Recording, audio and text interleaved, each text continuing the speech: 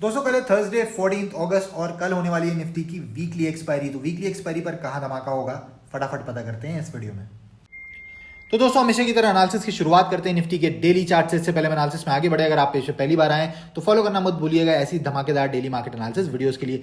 Daily chart को ध्यान से देखेंगे तो भैया जैसा हमने आपसे कल बताया था कि ये जो ट्रेंड चल रहा है एक ग्रीन एक रेड, एक ग्रीन एक रेड, मार्केट ने फिर से उसी को फॉलो किया और फिर से एक छोटी सी ग्रीन कैंडल बना दी है।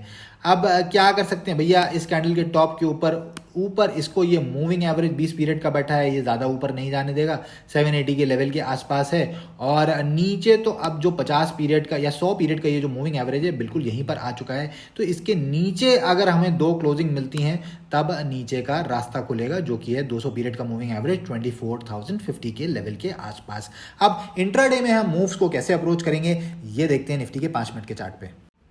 दोस्तों अब हम आ चुके हैं निफ्टी के 5 मिनट के चार्ट पे। और कल की अगर आपको हमारी एनालिसिस याद होगी, हमने आपसे बोला था कि अगर मार्केट गैप अप खुलती है, जहां क्लोज हुई उसके ऊपर गैप अप खुलती है, तो जो हमारी 555 से लेके 542 वाली सपोर्ट जोन है यहाँ तक आने का वेट करेंगे। और ज़रा देखिए कहाँ तक आई है मार्केट, क्या यहीं से ऊपर गई है?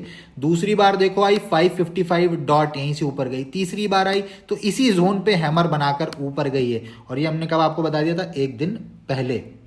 तो भैया ये सब चीज़ें सीखना चाहते हैं तो आप डीएम करके हमारे ट्रेनिंग प्रोग्राम्स के बारे में पता कर सकते हैं। नाउ अब कल क्या हो सकता है, कल अगर हमें फ्लैट ओपनिंग मिल जाती है और कर एक्सपायरी भी है तो थोड़ा सा ध्यान से चलेंगे। वन सेकेंड, देखिए सेलिंग अब यही जोन जो है इसके नीचे ही होगी, यानी 542 के नीचे अगर कोई 5 मिनट कैंडल क्लोज करती है, फ्लैट खुलने के बाद मार्केट यहाँ तक आ जाती है, छोटे से गैप डाउन के बाद यहाँ तक आ जाती है और इसका लो टूटता है, तब हम नीचे के टारगेट्स के लिए जाएंगे जो कि हो जाएंगे 511 और 450 तक के। वंस अगेन 450 हमारा की लेवल की तरह बिहेव करेगा। अगर यहाँ पर मिलने के बाद मार्केट इसके नीचे भी क्लोजिंग दे देती है और इसके नीचे सस्टेन कर जाती है, वेट कि 5-10 मिनट यहाँ रुके, तो फिर नीचे के लंबे टारगेट्स निकल के आ जाएंगे, इमीडिएट रहेंगे 401, 377, 343 तक के। अब मान लीजिए मार्केट आपको 450 पे मिलती है और यहां से रिट्रेस करती है और ये जो लेवल है 475, इसके ऊपर जाके कोई 5 मिनट की कैंडल क्लोज हो जाती है और उसका हाई निकलता है, तो इसी कैंडल के लो का एसएल लगाकर फिर हम ऊपर के टारगेट्स के लिए जाएंगे जो कि हो जाएंगे 511, 555, 591, 634 और 679 तक के।